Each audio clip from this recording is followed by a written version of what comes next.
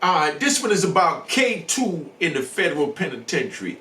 This is about K2 in the federal penitentiary. So sit back, let me ride, man. That's all I ask. I don't think that's asking too much. Alright?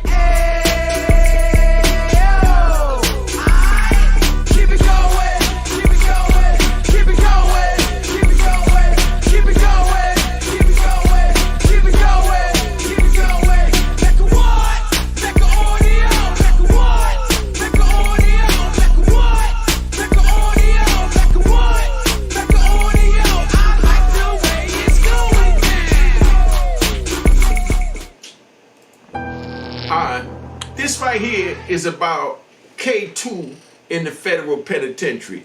I just want to give you all a glimpse into my mind of what I had to endure for 26 years. Now, this is what it looks like, you know what I mean? This is what it looks like in the federal penitentiary from the aerial view, you know? That's a federal penitentiary, you know? So let me tell you like this. Now, imagine living in those buildings you see right there on the screen, right? For 26 years, knowing you have a life sentence with no chance of parole plus 20 years. That was my scenario. Then you got other brothers that got 6 life sentences and 600 years. I met a brother with 15 life sentences and 2,000 years. And he had to keep his sanity while in there. So a lot of brothers choose to do their time differently. I choose to do mine to better myself, to learn, read, write, and travel beyond those walls you see on the left side of the screen. You understand? By elevating myself from reading books, from learning trades. That's how I chose to do it. You got other brothers that decide to go get, you know, a boy. You understand what I'm saying? You got other brothers that decide to gamble. You got other brothers that decide to watch movies. You know, watch soap operas. You know what I mean? Watch sitcoms. And then you got other brothers that decide to use drugs. You know what I mean? And that's why it's so much money for drugs in the joint, because that's people's #1 means of elevation beyond the walls. Now, let me explain this to you so you understand. You trapped in those buildings right there for decades, because wherever you go, you're going to wind up in a building that looks just like the one that I'm showing you. So you trying to survive under that roof for decades. Dudes go to drugs. Heroin was the drug of choice, but it's expensive, and not everybody wants to mess with heroin because they dealt with weed. You know, I smoked weed, and you know what I mean, wine. I drank my little white lightning. I didn't drink the regular, you know, wine and none of that, because I call that dirty water. You know what I mean? But the white lightning is when you take all that gook and, you know, you put the stinger in it and you steam it out, and you get the steam, and the steam turns to liquid and it's clear and it looks like vodka. You know what I mean? That's why that's clean water, and then you have the dirty water when they put the orange juice, and they even made wine with prune juice. Imagine drinking 2 quarts or half a gallon of prune juice to get drunk. Now you drunk as hell, but you on the toilet, you know what I mean? Defecating all night, but you drunk. You know what I mean? And then you're throwing up. So you got crap coming out of you from everywhere, you know? But that's a mean of elevation beyond the walls, you know? Then they got, you know, I didn't get hip to it, so call me lame, call me green, call me what you want. I keep it 100. I didn't get hip to K2 until 2010 when I was in Coleman Medium is when I got hip to K2. When I got there, they had K2 that was coming in looking like weed. Excuse me. They had K2, yeah, I had a little drink, you know. They had K2 that looked like weed. but it gave you hallucination. The hallucination was a form of elevation beyond the walls, so they loved it. Dude gave me an ounce of K2. I made my money off it, but it was still bulky like weed, so you had to bring it in balloons and all that through the visit. So I didn't really like that. And for you rat bastard trolls, all this is already documented. They already know everything that I'm getting ready to tell you. Your dumb ass just didn't know it. So now you hear me talking about it and your rat bastard ass gonna run and say, oh, he telling. No, I'm not telling, nigga. They already know everything that I'm telling. Your dumb ass just didn't know it. You know what I mean? But anyway, it got to the point where a sheet of paper, you get a letter from your girl on a sheet of paper like this. You know what I mean? They wet the joint up. You know what I mean? They take a clothespin and they hang it up in the bathroom on the clothesline with a little clothespin, and you spray it down with the liquid, you know, until it's completely wet and it's dripping, you know, and then you let it dry. And when it dries, and you write a letter just like this on it, you know what I mean? You write a letter just like this. Let me show you. You can write a whole page on it, you know what I mean? You know, I like to give you all your little demonstration. You write a whole letter on the joint, you know what I mean? You write a letter on it just like this. You fold it up, you know what I mean? And you put it in an envelope and you send it to your loved one. And when that get there, this sheet of paper is worth at least $3,000. You could get $4,000 for this one sheet of paper that your girl wrote, I love you, I miss you, I can't wait to see you, the kids are doing fine. And this is how we get it in. Now, when this come in, we take a ID card. An ID card, you know, like your driver's license. You take your ID card and you put it up on a joint like this. And you cut out the size of your ID card. You know what I mean? And that ID card go for $600. At least. $600 for a piece of this paper the size of an ID card. So you're gonna get 1, 2, 3, 4, 5, 6, 7, 8, 9, 10. You know what I mean? That's $6,000 right there. We didn't even count this side of the paper that's left over because the ID don't go to the whole side of the paper. That's $6,000. So you get about $7,000 for a sheet of paper, but you just got to get it past the administration. When that come in, then they take that, and when you buy the ID card, the people that buy the ID card, they take pay $600, and then they cut that down into a bunch of little tiny little squares. They might make 50, 60 squares, and each one of those squares go for, you know what I mean? It goes for a Booker stamp. That's why I told you I was penitentiary rich. You know, it goes for a Booker stamp a piece, or 2 books, depends what compound you want. A book is worth $5 at the time. 2 books is $10. So you got 50 squares. You understand what I'm saying? And you getting $10 off of each one. You understand what I'm saying? So you already know you penitentiary rich and you caked up, you know? Now, when you do that, yeah, those little squares, when they sell one of those little squares, a dude take that and he get a little piece of steel wool. You understand what I'm saying? And he burns that. He put the paper on that steel wool and he lights it. And when that little fumes come up, he go, that quick, $10. But when he hit that after they don't spray that down with that K2 liquid, they like, whoa. I've seen dudes do some of the wildest stuff off this K2. I was in Coleman, Florida, and I'm in the yard, right?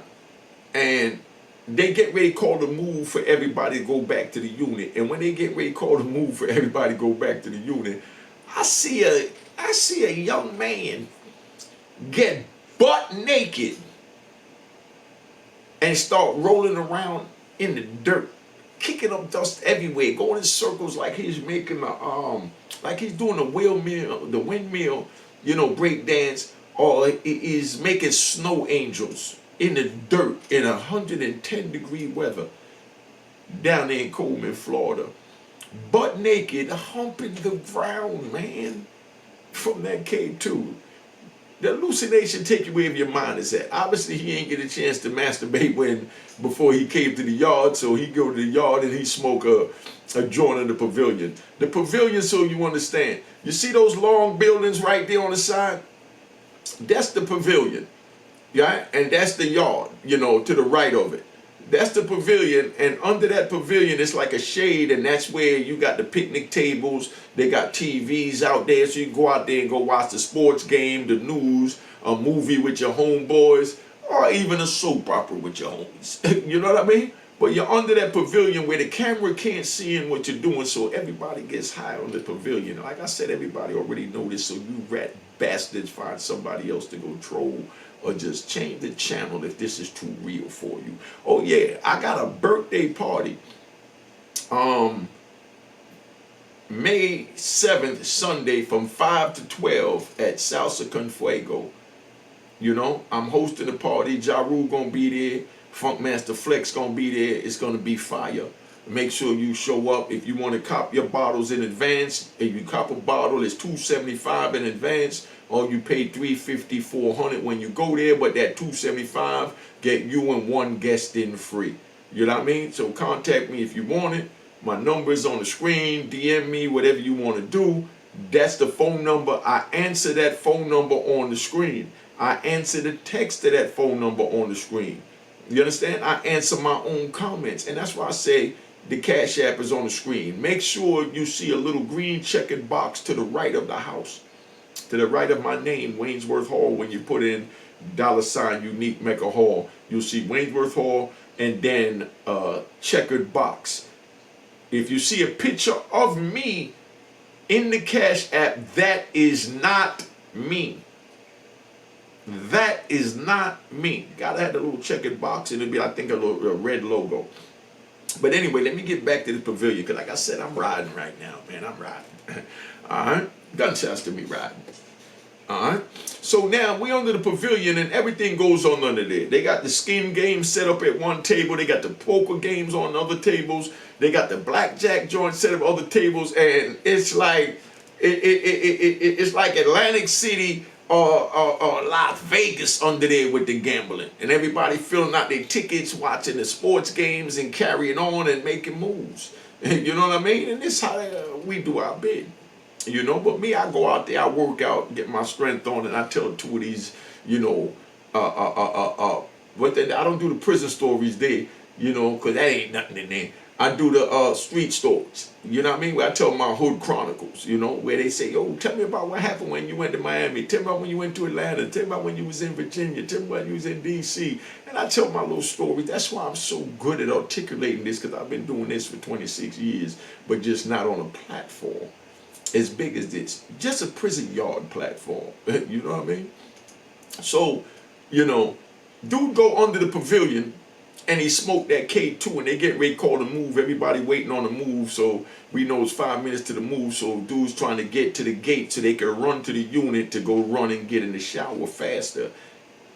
And then here goes a dude, butt naked, so everybody moves away from him and gives him a circle like he's about to break dance. He gets on the ground and he's rolling around on the ground butt naked. He's humping the girl saying, I'm going to F the crap out of you. Oh, take this D. Oh, you stinking mother. And he's having sex in the dirt butt naked on the compound in front of 1,000 men waiting to come off the yard. And we looking like, wow. But the other K2 heads is looking like, whoa, where did he get that joint? I want some of that K2. You understand what I'm saying? And it's just crazy because the size of the paper is so small. Like, you look at your pinky nail right now. Out your pinky nail, you can make at least 10 $10 papers. You make $100 for 10 little squares the size of just your pinky nail from one of those cards that's cut from this joint here. So you understand. You understand? So that's how much money is there. But that one little square out of those 10 squares could have you rolling around on the ground butt naked. Dude was so high. When the administration came, they came and got him, threw him in a little, they got like a little golf cart with a stretcher on it. They throw him in a golf cart, strap him down, they take him over there to the medical. They let him sit over there for 2 hours till the K2, transformation wore off. And then they let him out and gave him something to wear, and he came back to the unit, and now he high, he don't remember nothing, and all the homies is laughing at him, saying, yo, you went home one son, yo, you was out there humping the ground butt naked, you were da-da-da-da, and they going in on him, and he laughing, saying, man, hold up, where's such and such at? I got to get another one of them before I lock in. You know what I mean? He doesn't have to go, he humping the ground in the dirt, butt naked. You know what I mean? They done scraped up his penis and everything else from humping the rocks and gravel out there in the yard. And then now he go back after they let him sober up, and they don't even put him in the shoe. That's the special housing unit. Game, Cash App, right there.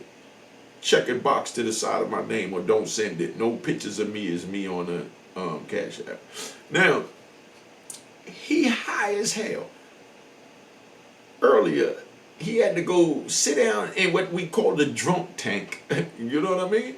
He go to the drunk tank for 2-3 hours. He sober up, and they just let him out. So many people were smoking K2, they couldn't even keep everybody locked up in the shoe. So they stopped locking up in the shoe and just opened up a whole section of the hospital unit. So when they had their little hallucination trip, they take them over there and let them chill out and, calm down. That's how that K2 work in the prison. You know what I mean? But like I said, you can take a sheet of paper and sell it wholesale for $3,000, and another man is gonna make $6,000 to $7,000 off of that. He's gonna double his money just selling a whole ID card. And then the smaller hustlers that don't have $3,000 to buy the sheet, they buy an ID card size paper for $600. Chop that up and might get 100 or 120 $10 papers out of that joint. And like I said, the papers is so small. I was in the shoe. I was in the shoe when I was waiting to go to Atwater. They sent me back there. I got to tell you all about that one, I might do that today too, I got to tell you about how they wanted me to, lie on a female staff in order to stay in the medium. And I refused to do it, and they sent me out west to what they called the killing field, which was Victorville in the height of its time. I get to Victorville, and only one unit is allowed out the unit at a time. You got 12 units, but there's only 5 units active. The other 7 units is empty because they don't want to crowd that compound because it was too violent, too out of control, and too gang infested. That's where Pooh Shiesty at. Big shout out to Pooh Shiesty. All right, calm down. You know what I mean? Calm down. Now, that's where Pooh Shiesty at. You know what I mean? Now, they let one unit at a time. They don't use, I'm riding. They don't use no seasoning in the food. If you want salt and pepper on your food, you have to buy salt and pepper or hot sauce from the commissary. They just take a hamburger and drop it in hot water, boil it, and put it on a plate, because we wasn't even allowed to get fried food. No fried fish, no fried chicken, no fried hamburger, no fried hot dog. Everything had to be broiled. They call that hard and healthy. So imagine going in there and you eating rice with no seasoning. You're eating meatloaf with no seasoning. So it has no taste. It's like you're chewing to chew.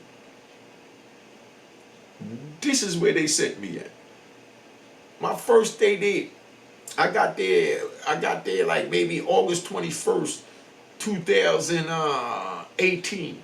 And when I get there August 21st, 2018, I go on the compound. August 22nd, when I go on the compound, a white dude came with me on a bus that was hot.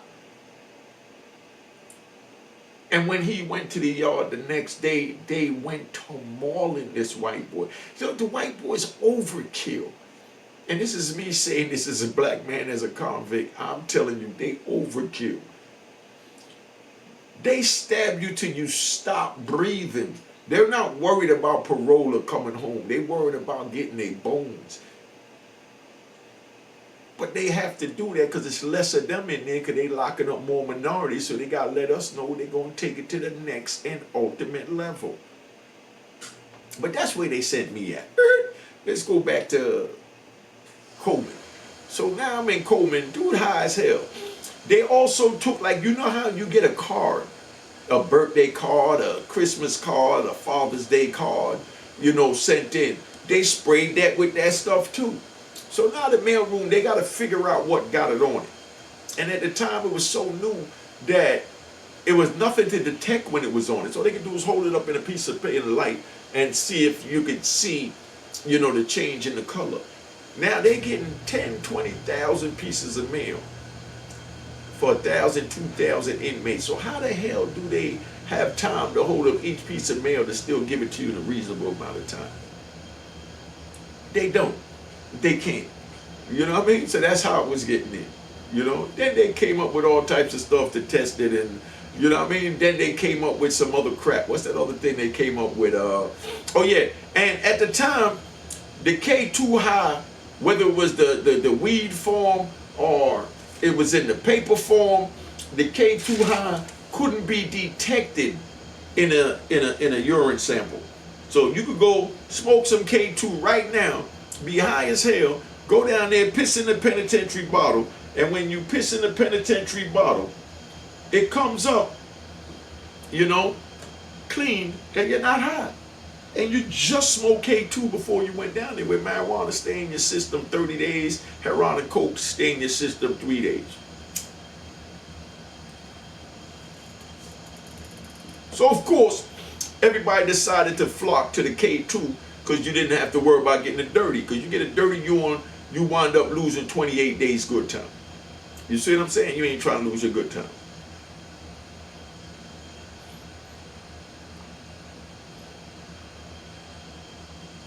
Yeah, I'm just enjoying my black and mild. Yo, go to my Roku channel and watch my videos at Roku. If you got Roku TV, go there and put in Unique Mecca Audio.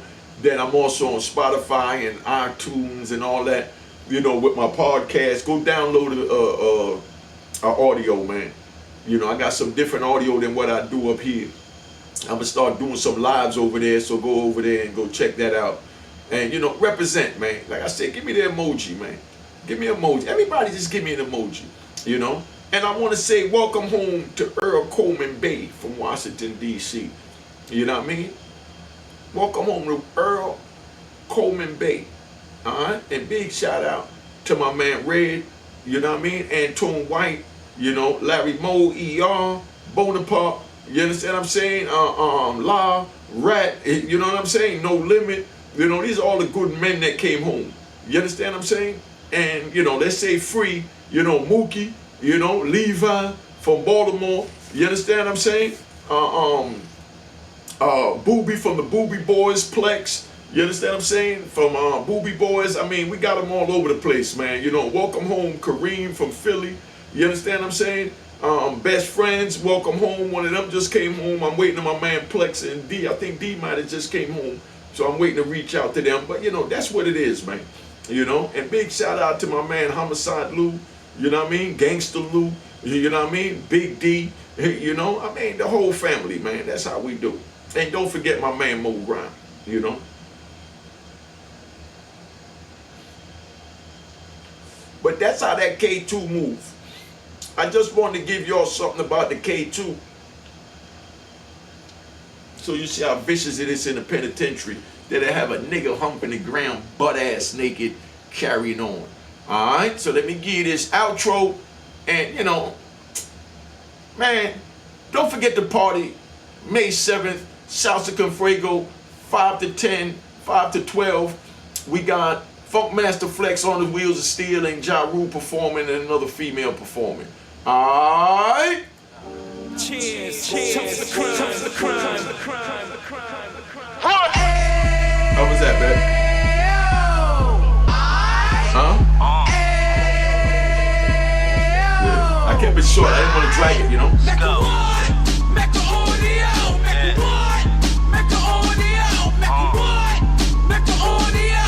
Give me another one while I'm on the road. Fresh out the can of 26. He back on the strip, getting back in the mix. What he mentions a gift. You stand up 10 toes down, and I suggest you pay attention to this. Take a little gully posse and put it in Harlem. He cut from the bottom, came up from the bottom. Drop the book, you should go and get it. The Instagram page and the YouTube, you could go and visit. Then you could consider yourself linked in. Sit front row and get Jews from a kingpin. How he went through it, so you ain't gotta go do it. To not pay attention would be stupid. Talking about a man that probably put your grandfather on. Probably the reason that him and your grams got along. A man that generated millions on the block, did his time, never squilling to the cops, Mecca audio.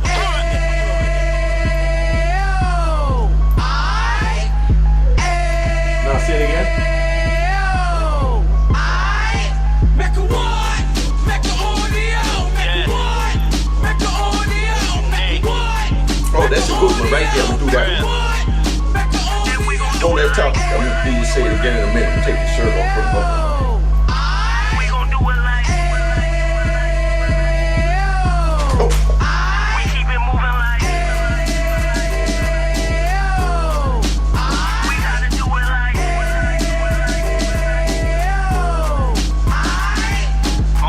get it live like 2 G's in the 90s. Drop top beamer so shiny. I let shorty go, she was wine. Treat her like my past, she behind. Get back on my grind. Spend a couple bands on the dapper Dan. You be back again, getting green like a Packers fan. No cap, it's a roaring uptown. Yeah, we roaring uptown, Dominican bust down. Now we on the positive, we got a lot to give. Now he trying to stop the kids from being inoperative. So take heed, homie, lend an ear. He started in uptown, he gon' finish dead.